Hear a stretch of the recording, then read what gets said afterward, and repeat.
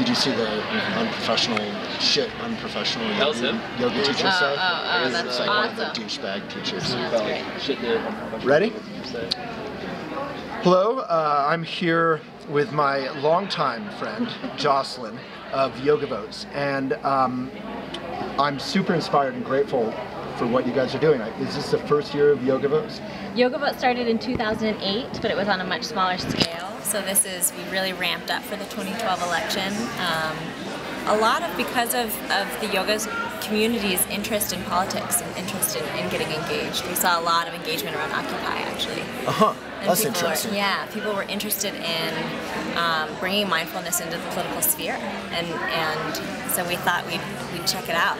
See how that works, how that looks. I know you all are bipartisan or nonpartisan. Nonpartisan. Yoga obviously crosses every age and demographic and class and race and religion, at least here in the U.S. People who practice yoga are Republican or Democratic or independent. So how are you going about, is your focus just getting people to register and to get active?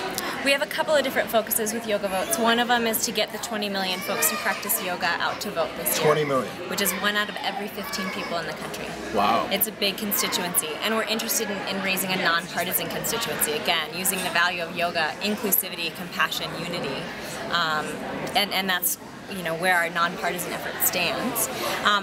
Isn't inclusivity, though, more of a liberal value, when you say? I'm just making a joke. I was going to say, well, it's a yogic value. We Republicans are more into gated communities and kind of just the 1%, like oppression. Just a joke for my dad, who's a good Republican. So the other focus of YogaVotes is to get people to be really informed and aligned around their values when voting.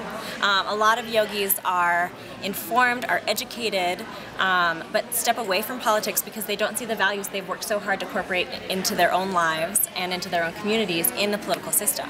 And so we're saying if you get really informed and clear on your values and you bring that with you to the polls, especially if 20 million of us do it, then the leaders are absolutely going to take notice. Well, it's super inspiring because I think historically yoga has, people who do yoga are somewhat active and, caring, like you said, but maybe haven't really operated as a community in a social sphere or a societal sphere. And so you're getting us to, I'm just going to coin a term, kind of think off the mat, Is that your term? Yeah, it just kind of came to me, almost like a subliminal thing. I kind of saw it somewhere, but I'm like that. I'll write that down. Yeah, tell Sean Corn about it. I'll tell her. And I know you're working with Congressman Tim Ryan and Deepak Chopra and Sean Corn, and lots of amazing leaders. We've got about 50 international and national ambassadors who are excited about this effort. In fact, Waylon, I believe you're an ambassador for YogaVotes, aren't you? Yeah, I haven't done anything until this video, but yeah, no, I'm honored. And so it is something everyone can get involved in. If you're Republican, if you're Democratic, if you're independent, if you're libertarian, anything, just get involved. Yeah. And how do people connect? YogaVotes.org. You can pledge to vote, which is saying I'm going to show up on election day or before for early voting. And can I just leave one nugget with you that I found really interesting?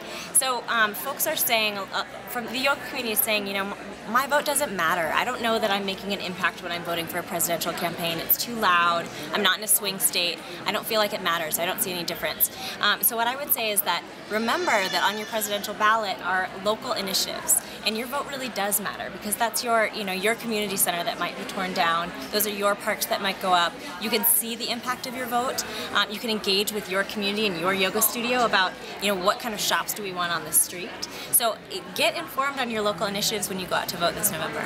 And also, I completely agree, and I would just say it's a duty for those in a democracy. Many people say it's not a spectator sport, and it just feels good when you go and vote, even if you get that sticker. Yeah. And even if you don't have the perfect candidates, you make your decisions, get involved, it just feels good. Thank you so much for everything. Thank you, Waylon. Yeah, Jocelyn, YogaVotes.